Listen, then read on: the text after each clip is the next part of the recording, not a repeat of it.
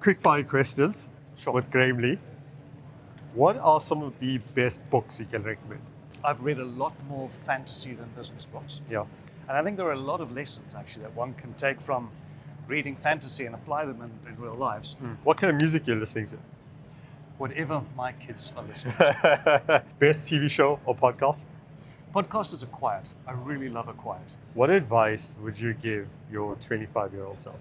Be a little less arrogant, but much more importantly, focus much more on people, working well with people, and being more deliberate with how people feel and how your actions make people feel. Don't just let it happen by accident. Be deliberate with that.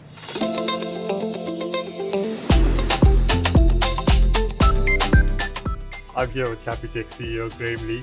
So lovely to have you. It's really lovely to be here. Thank you so much for being on the new season of Bank on It. And Graham, I've got to kick off by asking you, Diary of a CEO. Take me through your day by day. What's it like in the morning? Is it 4 a.m., ice baths, red light therapy, 1 hour in the sauna? Like, what's a day in the life like? Close. So most of my days are actually really different. There isn't a lot of consistency, a lot of how the day unfolds, but how it starts normally is pretty consistent. I try, as often as I possibly can if I'm not traveling, to get up at 5. I get up at 5 and I exercise. I used to save my exercise for the evenings. Yeah. And therefore never did it. So I found the only way to do it is to get up at 5 every day and do something. Even if the something's not very much. If I don't have lots of time, just simply do anything. So there's that. I have that just a bit of precious time to try and be fitter and healthier and not be quite as fat as I don't want to be.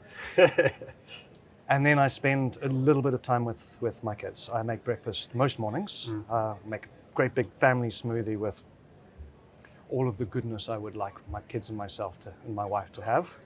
And we have that just for 5 minutes together before we all go our separate ways. And then head to work reasonably early and start the day, but then how that day unfolds is normally very different. That's incredibly exciting. I mean, Graham, you spoke about routine, structures, etc. I want to rewind. You spent time climbing in the Himalayas.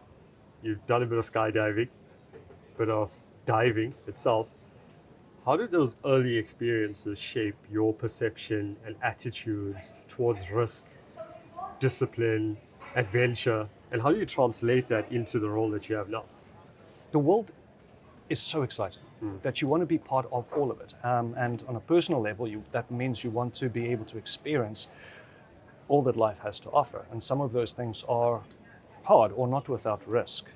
And either you shut them off and don't do them, or you think of a way to make them work for you, to be able to manage the risk. So skydiving, for example, is entirely about preparation. It's making sure that everything is as planned as it can possibly be and that you follow that plan, that you look at your equipment and you take personal responsibility for making that equipment perfect. And if you have packed the parachute yourself and you know exactly that it's done how it should be, and you have an appreciation for what you're going to do as soon as you leave the aeroplane and you follow through on that, then it's actually pretty safe. I love that you touched on the culture of accountability and responsibility and being the person that packs the parachute. And I want to draw that parallel into having 17,000 plus employees and the culture of accountability. How do you make sure every single person in this vast pool of incredible talent that you have owns that culture all the way from branch all the way up to the boardroom? I think the starting point is to realize and recognize that the job is never done. No matter how wonderful it was yesterday, you have to be deliberate with it every single day. Because if you don't, the threads will start to unravel. So it is constant work, constant diligence, constantly being deliberate. And you take that deliberation through into every single thing that you do. I think it's very important to be exemplary. So in yourself and your leadership team, for all of you to be exemplary. And that's not enough. You then need to communicate clearly. You need to have exactly defined what it is you want from everybody and to communicate it every single chance you get in interviews like this and town halls and what you send out in emails and what you put up in the walls. That's incredibly important. And then, of course, it's actually in decisions. Every single time you make a decision, you're doing something which is aligned with your principles and you're building up the culture. or you're breaking your principles and you're breaking down your culture. So clearly you never do that second one. And then you instill it in all of your people processes. Every single person that you hire, you look for somebody who's going to resonate with your principles. You're going to make it clear to them up front before they even consider taking the job what it means to be an employee here and what's expected of you in terms of how you behave, how you think about clients. Yeah. And then you build it into reward systems and performance goals. And at the end of the year, how you have that discussion with the person about all of their output and if they did a good job. Because it's not just about the numbers or did you do that good thing. It's also how you did it, how you showed up, how you were there for your team. And you reinforce it in remuneration as well. So I suppose the point is in every single thing that you do, culture's top of mind. Got you. Is that something that you and the team have created intentionally, Graham? Because speaking to many people in the building, across the bank, the one thing that comes across almost all the time, we have a very flat structure. And it does appear that you empower people to make decisions at their level and within their capacity. Is that an intentional part of the management framework that you have? Very much so. Yeah. So how we behave towards each other and the framework of how we make decisions has been intentional from the very first day of Capitec, and we continue to evolve what that means, of course, but really stay consistent with those fundamental founding principles. And yes, the structure and the access is very deliberate. We want to be a company in which it's recognized by every single person that nobody has a monopoly on good decisions. Yeah. Not one single person. No one is good enough. Not me, not anybody else, to be the one who can always make the perfect and right decision. So how do you solve for that? You make it part of everybody. Yeah. You open up decision making, and culture is not just built by making decisions consistently. Culture is the way that you scale decisions. Because if you have the same principles and the same thought processes, putting your client first, looking at the fundamentals, then any single one of us, when given the same data points, should come to the same decision. Yeah. And that's how you scale it. And then, of course, good ideas. You want everybody to share their good ideas. Not all can be worked on, but you want to create an environment where people feel that they can put down in a 6-pager what they think is the best way of taking the company forward. I love that you framed it that way. I mean, you spent a long time in finance and you're very well versed with the celebrity culture that comes within financial industries, where people start to overshadow the stories of the financial institutions, right? And you, as you said, you've become very deliberate about focusing on the bank as opposed to the executive. Absolutely. Or who the owner is. Yeah. The very last thing that we need is a hero CEO. Yeah. Seriously, nobody in this building needs a hero CEO. No one in any of our branches, nor any of our clients needs a hero CEO. And needs 17,600 heroes, all working for them every day. I love that. Speaking of heroes at the branches, you've made a concerted effort, Capitec has, to double down on the physical presence, not pull away in this wave of AI and fintech and where the robots are dealing with people. Take me through that as a strategic imperative, actually being on the ground, bricks and mortars, face to face, seeing people, setting up machines, tools, access points for them. Sure. It's actually really structured in terms of our approach. So everything starts with our purpose. Our purpose is to make a meaningful difference in South Africa and enable South Africa to grow. So grow our people, grow our clients, grow the communities around us, and through that, grow the country. And funding, as an example, small business funding, is incredibly important to growth. So given that's the purpose, you then have a framework for how you take that, how you make financial services accessible, inclusive, reduce costs. And our framework of fundamentals is quite simple. It is simplicity. Everything has to be simple. It has to be intuitive, or else the complexity in itself excludes people from financial services. So we don't do that. We make sure that it's simple, intuitive, easy to understand, easy to use, and transparent. The second is accessibility. And that's really the question that you're asking, so I'll come back to that later. Third fundamental is affordability. People have got to be able to afford it. And the fourth one is personal service, personalized experience. But coming back to accessibility, if you have great financial services and they're inaccessible to your clients in either space or time, the branch is closed, then you don't have inclusion. So the promise of accessibility, following through in that fundamental, means that we are where our clients are. It's not about our convenience or what's simple for us. It's being where our clients are. It's being where our clients are in the middle of the night when they need an app or USSD. It's where our clients are during the day. And if they need us to be there physically for them, then we are. So that the rollout of more and more branches is simply speaking to that fundamental. I love that. Graham, I want to ask you, how do you scale personalization? You have 25 million plus clients and you want to treat them special because they are. How do you make sure they're all still dealt with in best service, excellent comms, always on point, as this market of yours just explodes and grows so quickly? That's the hardest of the fundamentals to achieve, actually. And I think that it's not just hard for us to achieve, it's hard for everybody. So we put a lot of effort into it. Still a long way to go. But I'm going to go on a side rant just for a second. Got you. This term has come up. You used it earlier when we were chatting as we walked around the building, which was hyper-personalization. Yeah. Hyper-personalization is no more than personalization.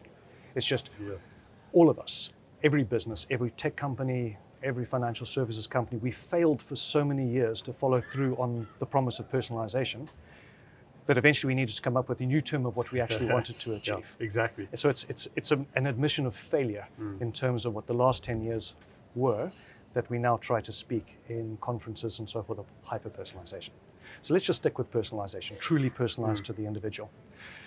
It is an approach that you can only achieve with excellent data infrastructure, and a capability to unpack that data to be able to put yourself in a place as a company that you can empathize with what that client's needs are and try and proactively preempt it.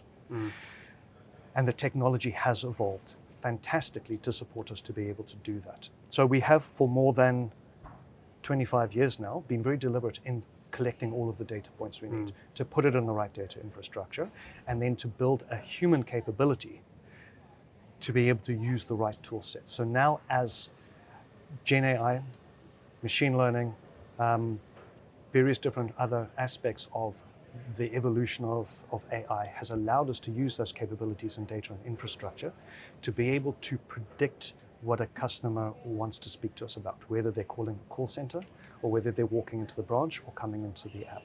And for us to then be able to present them with, as the top choice, what we think that they need. You know, with personalization, you mentioned consistency and excellence. And it's something the world's best Michelin star chefs do. It's plating the exact same format, the same flavor, the same palettes every single time. How do you ensure consistency on the other side to make sure that personalization is identical at every touch point? Absolutely. So what we're aiming for is private banking at scale. Got The you. same quality of service, the same quality of outcomes as a private bank offers, but to do it for everybody, for every single South African, not just the chosen few. And you're right, consistency is part of the magic that's required. So we've got a simple saying, which is that good intentions don't work, mechanisms do. We implement systems, within those systems, the mechanisms, so that every single time a client touches us at a point of a phone call or the app or in branch or any of the others, our systems support the person in the same consistent way with the same information so that we can treat the client as that individual at their moment of need. Got you. So it's ultra disciplined. It's discipline. It is Completely. discipline implemented through our systems. It's discipline implemented through our processes and then in how we train people. Graham, I want to talk about growth since we're talking about balancing personalization, not hyper-personalization, with scale. Let's look at what's happening now in the market. Banks are becoming fintechs, fintechs are becoming banks, fintechs are becoming consumer companies are becoming financiers. Are we headed towards a platform economy? And are we heading towards singularity in finance, where everyone just becomes one massive, gigantic platform that serves all these little pockets and verticals? Firstly, I think banks have always been fintechs. I mean, fintech, financial technology. Banks have always been serving financial needs of clients. And so far as possible, they have always been the spearheads of technology usage to be able to do it better, more at scale, more safely. I think that the term arose with the advent of new types of technology and the ability to get directly to a client without other human beings to intercede, and to be able to create certain disaggregated financial services without the regulation, the capital requirements of being a bank. So, I mean, that was very attractive.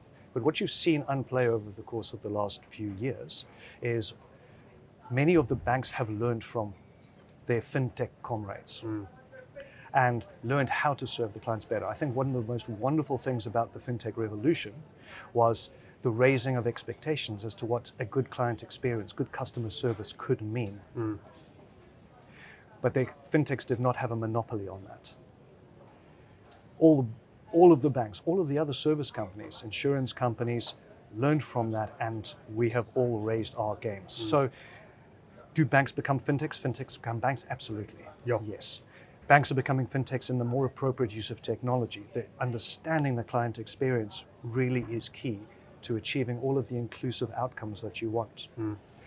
And of course, working together with some of those fintechs in order to be able to provide services. At the same time, more and more, the fintechs are unable to serve all of the needs of their clients without taking a route towards becoming a bank. So certainly what you see is a convergence of the full set of services. Got you. You see a much greater level of competition because the competition is coming from all angles. And again, that's actually a really good thing. That is a rising tide which lifts everybody's experience, reduces everybody's prices, and I mean everybody in terms of the consumers. And I think overall, really just good outcomes. When you look at the future of not just Capitec, but the future of banking, do you see that being more pertinent as a global trend? Certainly. So I think you can look at several different areas a little bit differently. One of them is, let's take data and what data means to a client. Yeah. Not to banking, simply to the client. Banks have always provided safekeeping. They provided safekeeping for your wealth and your money and your ability to transact. Custodians. Custodians. Yeah. More and more, what is needed is somebody who can be the custodian of your data, provide safekeeping for your data, because that has value. It has incredible value for you as you build your life. It also has incredible value when it's stolen from you. Yes. And so it needs to be protected. And the levels of sophistication of the systems, the security networks, the anti-cyber attack, and frankly, the regulation that has brought the discipline to banks to protect clients' money is now usable to protect their data as well. So there's an evolution of banks and fintechs to also be the providers of that safety for data. At the same time, I think what you call VAS, I think the simplest way that I think about that is a perfect payment experience. It's really about embedding the ability to get the service that you want and have the payment, the ability to pay for that service, just perfectly integrated together. Perfectly safe, perfectly secure, but also with a great client experience. And then we call that value-added services. So great. We chatted about custodians of trust as it relates to data. I know you and the team spend so much work on privacy, security, anti-fraud, helping people understand the best ways to bank, etc. Talk me through some of the key initiatives and how you help your consumers reaffirm that trust in you as this massive brand. Sure. Our vision is to be the most trusted bank and the most trusted brand, actually, in South Africa. Our top priorities, therefore, are about that trust, about protecting that trust. And it comes really in two forms. One is the ability to be always where the client needs us in a way that works perfectly. So very boringly, we think of that as stability, but it's something far beyond that. It is being always available, 24/7, 365, without any form of problem. That's something that we aspire to. We're No working hard downtime. on. Zero downtime and zero bad experience. Long way to go. But that's our top priority, together then with security, protecting clients. And it's protecting clients in every single way, from the various different attacks that come from a cyber perspective, from any other outside attacks, but it includes protecting clients from themselves making a bad decision. Yes. And those two are our top priorities. And that's something that's meaningful for us. That means that's where we put our funding. It means where we put our best people. If you think about the role of executive management, mostly it's about allocation of capital, allocation of financial capital, and that's really important. We put it there. But even more important is the allocation of human capital. And all of your best, making sure that your best are working the highest priorities, and we put our best into security, protecting our clients. And what do we want the outcome to be? We want the outcome to be clients know that when they're on our platform, what they do, they can trust. They can trust not just the platform itself, they can trust the environment around them, and because we support them, they can actually trust themselves. I love the way you framed it as the infrastructure and the vault being safe and protected, but also empowering and enabling clients to make secure decisions. And I know a lot of your resources are also allocated into education, inclusion, financial literacy. Very much so. Because user error is very difficult to solve from an infrastructure perspective, right? So what are some of the cool projects that you have going on in terms of helping people understand, hey, you've received this little notification on your phone, don't click it, don't give people your passwords, etc. Yeah, so many. I think it starts from the kind of project that you're talking about, which is a continued evolution of how we provide broad generic education to people as to how to protect themselves. And that evolution involves different mechanisms, how you get to them through text or WhatsApp or email or videos or TikTok, etc. And it's being everywhere. And having those messages be consistent again. Consistency is just as important here as it is everywhere else. Evolving the message, evolving the language so that people really understand it. The words that come out of my mouth are less important than the words that go into your mind. And so continuously tweaking for different audiences what those words are so they really understand that education we're trying to give them. And then making it available in the moment. Making it available in the moment as a transaction takes place. We have built really quite an incredible set of models and infrastructure to identify any anomalies and to highlight those anomalies for the client and to give them education, micro-education in that moment about what they might be doing and what they should consider so that they can make a best decision at that time. And it's so scary right now. You're seeing things like deep fakes and very sophisticated scams. The bad actors are becoming very sophisticated with technology. And how difficult is it to stay one step ahead all the time? The bad actors are very sophisticated. They are now, and frankly, they always have been. And it is a constant war to stay ahead. And how you do that, same way you build culture, deliberate, every day, making sure that it's always top of your mind in every part of the business. It's not only the security engineers or the guards. It's every single one of us that has a responsibility for making what we deliver to our clients safe and secure, including how we position it and communicate it to the clients. And bringing it every single day. Every day, reminding ourselves that this is where we're going to put real funding into and to continue to back that. This is where we're going to continue to hire and train the best and never ever wavering from it. It's consistency over time.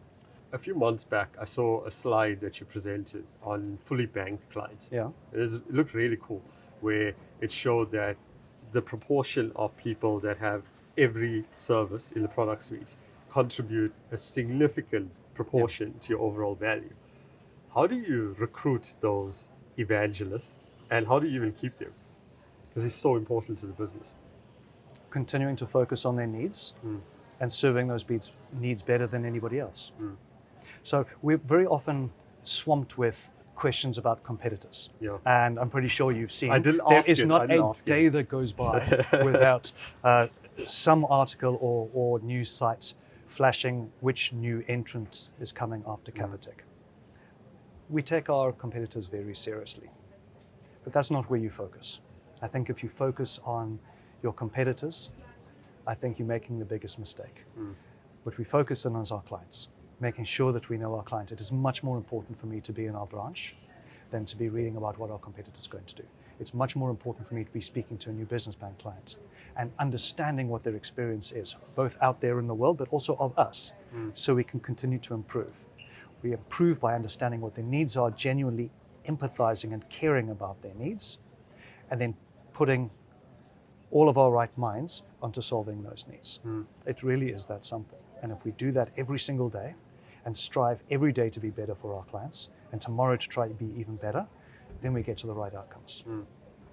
You know, Graham, you spoke about competitors and the landscape, it's incredible that we have such a robust fintech space in South Africa. I want to talk about the exciting projects and acquisitions that you've done as a team over the last year, 2 years, and how that fits into your overarching strategy of who you choose to partner with. Let's chat about what are some of those guardrails when you look at it, which is slightly different from maybe your past life in credit, where it's, a different scorecard, but now you're looking at incubating these businesses and helping them grow. What does that scorecard look like, very broadly? Broadly, it's surprisingly similar. Yeah. So firstly, what we look for is that it is in alignment with our strategy. What we're not looking for is a broad portfolio of unrelated things. What we look for is alignment with our strategy. That strategy is always aligned to our clients' needs, both what they are, but also how we anticipate them evolving in the future. So to some extent, it's about getting ahead of future client needs, and that's then what we look for. Then you look for culture, the group of people who are working on that. Do they share the same principles as you? Are they looking to share the same purpose and outcomes? If they are, you've got something to work with. If they're not, you move on to the next opportunity. So it really is alignment with strategy, alignment with purpose, and alignment with principles. Those are the guardrails. It's so refreshing that you position it that way, starting from strategic fit and then culture, as opposed to the way we see fintech evolve globally, where you're seeing these eye-watering valuations, companies that just pop up out of nowhere, and all of a sudden they're being acquired in Silicon Valley for incredible numbers. And it just seems like it looks a little bit frothy in some sectors globally in fintech. It is frothy in some sectors. Yeah. And I think that you need to really understand the core of the business and how it serves people in order to think carefully as to how that will evolve over time and whether it's truly sustainable. If it is, and it really does serve a client need into the future, then you look at the valuation differently to whether it's just making money now and you cannot see how it clearly evolves as clients evolve. There's a question I'd love to ask you, because you spent time in corporate finance and credit and now the CEO of this incredible bank. When you speak about frothy, are there any parallels in any way to .com or things that you've seen before happen or repeat in history? I don't think so, but I say that only in the context that the circumstances are always somewhat different. Can you see any parallels at all with the early 2000s and the .com boom? Yes, of course, there's one or two, as there was in 2008. But the circumstances have changed so much that you really have to evaluate the current situation on its own merits. And some of the paradigms are different. Certainly most of the data points are different. So it's, history doesn't repeat, but it sometimes rhymes in financial markets. I think that's probably a very good way of putting it. Yeah. Graham, I want to chat about small business, something you alluded to earlier in the conversation. And I touched on credit and liquidity and capital being oxygen for these small businesses. We have such an incredible SME culture, but they're starved of capital. Take me through some of the cool projects you're doing and the initiatives where you helping connect capital and creators to credit. So we have, I think, probably 7 or 8 projects ongoing at the moment, all of which have one single purpose, which is to increase accessibility to funding, credit, for small businesses. Some of them come in the form of a new repay-as-you-earn loan and loan infrastructure for small businesses to make it easier for them to repay. And because it's easier for them to repay, you can widen the net. All of them, though, regardless of what the specifics of each project are, all do have that aim. More funding to more small businesses, and because of that, those businesses will grow. Because of that, those businesses, growing businesses, will employ people. Bringing them into the employment, helping them earn for their families, grows the communities around them. And I'm pretty sure those people will bank with Capitec. That's incredibly powerful. So Graham, I want to close off our conversations by talking a little bit about you and the team as a whole. What are some of the achievements that you value the most in your time at Capitec, extending well beyond the time that you spent as an executive? If you think from about it from the client perspective, the achievements of clients still coming to us. That's, I think, probably the aspect that I'm proudest of. Because people vote with their feet. Yeah. And they're voting with their feet by coming to us, as many last month as the month before, as the month before that. So we continue to grow. Our clients continue to use us more and more. All of the metrics that we track show us that their perception of us, their perception of how we treat them, how their finances are improved when they bank with Capitec, continue to go up. So that, I think, is what I'm proudest of, the most heartwarming. It has real impact. Then all the anecdotal client stories of how their business grew. They hired more people. Their life changed. They were able to get their first home. They're really meaningful. They are much more meaningful than any stock market metric or award. Then what else I'm proud of? I'm proud of the growth of people within Capitec. Over the past 18 months, roughly 3,800 people have been promoted. Wow. Within Capitec. That's pretty close to a quarter. In actual fact, it's pretty much a quarter of our entire workforce. Those are real promotions in which it's not just about an annual salary increase. There is meaningful more income for you and your family. And that's on the basis of the training and development we give you. Because our starting point is youth. We do not hire people into our branches with lots of experience at other banks. We're at the starting point. We hire unemployed youth and we train them. And those people that we train don't then just take one step. They take 10 steps, 100 steps. The person who is now the manager of our large call center at our business bank didn't start in business banking. They started as a service consultant in our retail branches. The person who runs up the executive of all of our call centers started in the most junior position. I myself am an example of internal mobility. I started as a junior position in management accounting and moved over the years because I was supported, I was trained, I was given opportunity, and what I'm proud of is that we continue to do that for everybody else. Those learnerships that we have run now, we have learnerships bringing unemployed youth into our branches and into our call centers, and back that, like I said, with programs to take them for a lifetime career. I will be most proud when a future CEO comes from one of those learners. Wow. Thank you so much, Graham. Such a cool convo. I wish we could have a 4-hour episode like the podcast that you chatted about. But thank you so much for taking time, and I really appreciate you sharing all your insights and wisdom with us. Cool. Thanks very much. Thank you. That was fun.